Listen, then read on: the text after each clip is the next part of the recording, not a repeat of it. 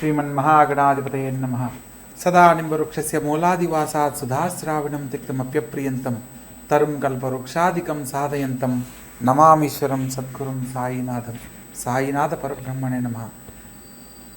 ముఖ్యంగా ఆగస్టు 1వ తారీఖు నుంచి ఆగస్టు 31వ తారీఖు వరకు ద్వాదశ రాశుల యొక్క శుభాశుభ ఫలితాలు తెలుసుకోబోయే ముందు గ్రహ సంచార ఫలితాల గురించి మనం ఒక్కొక్క రాశుల వారీగా ఏ గ్రహాలు ఏ రాశుల్లో సంచరిస్తున్నారో, ఏ రాశుల వారు ఎటువంటి శుభాశుభ ఫలితాలు పొందబోతున్నారో వివరంగా తెలుసుకునే ప్రయత్నం చేద్దాం.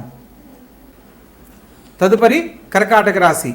ఈ యొక్క కర్కాటక రాశి అధిపతి అయిన చంద్రుడు చతుర్థ స్థానంలో ప్రారంభంలో సంచరిస్తూ ఉన్నాడు.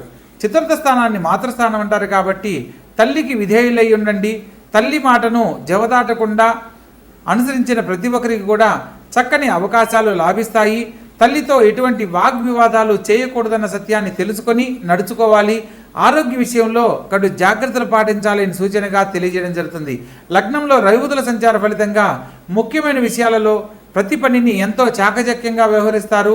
మీ యొక్క విజయానికి కారణం మీ యొక్క తెలివితేటలే అన్న సత్యాన్ని తెలుసుకునే అవకాశానికి ఇది అత్యద్భుతమైన కాలంగా చెప్పడం జరుగుతుంది. అదేవిధంగా లగ్నంలో శుక్రగ్రహ సంచారం జరుగుతుంది కారణంగా కళారంగంలో రాణించాలనుకున్న వారికి నూతన అవకాశాలు లాభిస్తాయి. గొప్పగా జీవించాలనుకున్న మీ యొక్క ఆశలు ఈ సమయంలో నెరవేరడానికి అనుకూలమైన కాలంగా చెప్పడం జరుగుతుంది. అదేవిధంగా ధనస్థానంలో రవిబుధులు సంచరిస్తున్న కాలంలో మీరు అనుకున్న పనిని ఎంతో చాకచక్యంగా పూర్తి చేయడమే కాకుండా ఎదుటివారికి సహాయం చేయడం వల్ల కూడా ఇంకా గొప్ప స్థితిని అందుకునేందుకు అవకాశం లభిస్తుంది. ప్రత్యేకంగా ఈ సమయంలో చాలా తెలివిగా మీరు వ్యవహరిస్తారన్న సత్యాన్ని తెలుసుకోవచ్చు. ప్రత్యేకంగా కొన్ని సందర్భాలలో అతి సర్వత్రా వర్జీయత్ అంటారు. కొన్ని సందర్భాలలో తొందరపాటు నిర్ణయాలకు కూడా అవకాశం ఉంటుంది కాబట్టి ప్రతి పనిని కొన్ని సందర్భాల్లో ఆలోచించి నిర్ణయం తీసుకుని ముందడుగు వేయాలి. తృతీయ స్థానంలో కుజగ్రహ సంచారం చేత తోడబుట్టిన వారితో ఎటువంటి వాగ్వివాదాలకు వెళ్ళకూడదన్న సత్యాన్ని తెలుసుకొని నడుచుకోవాలి. అష్టమ స్థానంలో రాహుగ్రహ సంచారం జరుగుతున్న కారణంగా ఆరోగ్య విషయంలో స్పైనల్ గార్డ్ అంటే వెన్నుపూసకు సంబంధించిన ఆరోగ్య సమస్యలు రాకుండా జాగ్రత్త పడాలి.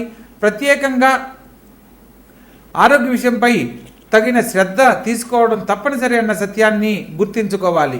భాగ్యస్థానంలో శని సంచారం జరుగుతున్న కారణంగా ఎన్ని రకాల సమస్యలు ఎదురైనప్పటికీ మీరు స్వతహాగా తీసుకున్న నిర్ణయాలలో ఖచ్చితంగా సత్ఫలితాలు పొందుతారు. కార్యదీక్షా పరులయ్యి ఎంతటి శ్రమనైనా ఓర్చుకొని చేసే ప్రతి పనిలో కూడా తప్పక విజయం లభిస్తుంది అన్న సత్యాన్ని నమ్మి మీరు పనిచేయడం వల్ల తప్పకుండా గొప్ప స్థితిని అందుకుంటారు అన్న సత్యాన్ని తెలుసుకోవచ్చు. అదేవిధంగా వ్యయ స్థానంలో గురువుతో పాటు శుక్రగ్రహ సంచారం ప్రారంభ కాలంలో సంచరిస్తున్న కారణంగా ముఖ్యమైన విషయాలలో అనవసరమైన ఖర్చులు ఎక్కువ అవ్వడానికి అవకాశం ఉంటుంది కాబట్టి ఖర్చులను నియంత్రించుకునే విషయంలో తగు జాగ్రత్తలు తీసుకోవాలి. ప్రత్యేకంగా ముఖ్యమైన పనుల్లో ఆటంకాలు ఎదురైనప్పటికీ కూడా మీరు కార్యదీక్షాపరులై చేయడం వల్ల మాత్రమే ఆ పనిని సకాలంలో పూర్తి చేయగలరు అన్న సత్యాన్ని తెలుసుకొని నడుచుకోవాలి. మొత్తం మీద ఈ రాశి వారికి వ్యయస్థానంలో సంచరిస్తున్న గురుగ్రహానికి సంబంధించి ప్రత్యేకంగా గురు సంబంధమైన ఆలయ సందర్శనము, నవగ్రహాలలో గురుగ్రహానికి శనగలు దానమివ్వడము, ప్రత్యేకంగా ఓం బ్రహ్మ బృహస్పతయే నమః అనే మంత్రాన్ని ప్రతినిత్యము 16 సార్లు పఠిస్తూ మీ యొక్క నిత్య జీవితాన్ని కనుక ప్రారంభించినట్లయితే తప్పక సత్ఫలితాలు పొందుతారని తెలుసుకోవచ్చు. కాబట్టి తెలుసుకున్న విధానాన్ని చక్కగా ఆచరించండి. ఆనందకరమైన జీవితంలో జీవించండి. తదుపరి కన్యారాశి. ఈ యొక్క కన్యారాశి జాతకులను కనుక మనం గమనించినట్లయితే లగ్న రాజ్యాధిపతి అయిన బుధుడు లాభస్థానంలో వ్యయాధిపతితో కలిసి సంచరించడం బుధాదిత్య యోగ ఫలితాన్ని ఇస్తుంది. ప్రత్యేకంగా ప్రారంభ కాలంలో మీరు ఖచ్చితంగా మాట్లాడే మీ యొక్క వ్యవహార శైలిని మార్చుకోవడం తప్పనిసరి. ఖచ్చితంగా తీసుకునే నిర్ణయాల వల్ల కొన్ని ఇబ్బందులు ఎదురవుతాయన్న సత్యాన్ని కూడా గమనించవచ్చు. కొన్ని సందర్భాలలో మీరు చాలా కఠిన నిర్ణయాలు తీసుకొని ముందడుగు వేస్తూ ఉంటారు. ఆలోచించి నిర్ణయం తీసుకోవాలి. మరియు షష్టమ స్థానంలో రాహుగ్రహ సంచారం చేత మీరు ఎవరినైతే ముఖ్యమైన వ్యక్తులుగా భావిస్తారో వారి వైపు నుంచి చిన్న చిన్న విభేదాలు ఏర్పడే అవకాశం ఉంటుంది కాబట్టి ప్రతి ఒక్కరితోనూ ఆచితూచి వ్యవహరించండి.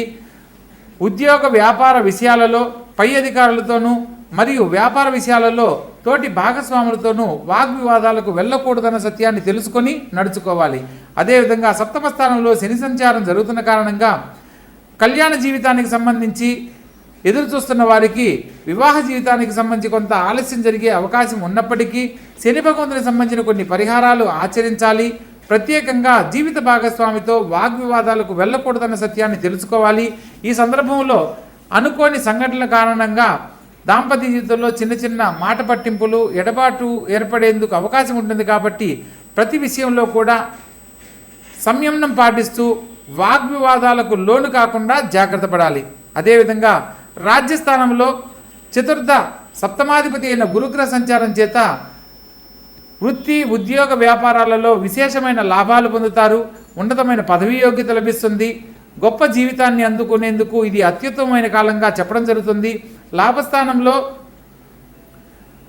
రవి బుధుల సంచారం జరుగుతున్న కారణంగా బుధాదిత్య యోగము, రాజకీయ రంగంలో ఉన్న వారికి పదవి యోగ్యత పలుకుబడి ఏకకాలంలో లభించేందుకు ఇది అత్యద్భుతమైన కాలంగా చెప్పడం జరుగుతుంది.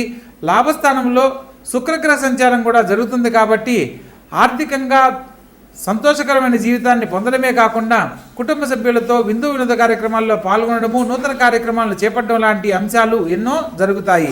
అదేవిధంగా ద్వితీయ భాగ్యాధిపతి అయిన శుక్రుడు లాభస్థానంలో సంచరిస్తున్న క్రమంలో మీరు కోరుకున్న గొప్ప జీవితాన్ని ఈ సమయంలో పొందడానికి ఒక చక్కని అవకాశం లభిస్తుంది.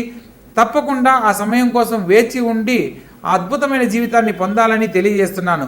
ప్రత్యేకంగా వ్యయ స్థానంలోకి మారుతున్న రవి బుధులు మరియు కేతుగ్రహ సంచార ఫలితంగా ఆరోగ్య విషయంలో ఒకటి జాగ్రత్తలు పాటించాలి.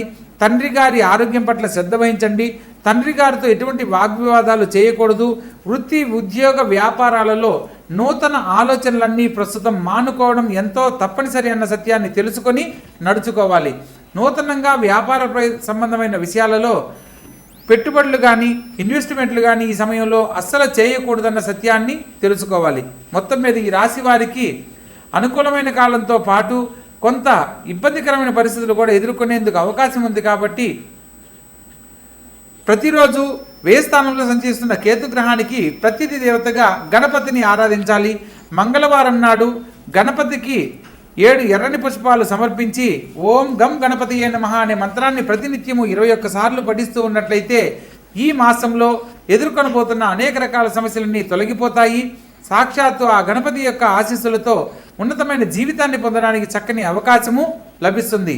అదేవిధంగా సప్తమ స్థానంలో శని భగవంతునికి సంబంధించిన పరిహారాలు గనక ఆచరించినట్లయితే సకాలంలో వివాహం కాలేదని బాధపడుతున్న వారికి వివాహ జీవితాన్ని పొందడమే కాకుండా దాంపత్య జీవితంలో సమస్యలు ఏదైనా ఉంటే అవి తొలగిపోయి అన్యోన్య దాంపత్యాన్ని పొందడానికి అవకాశం ఉంటుంది.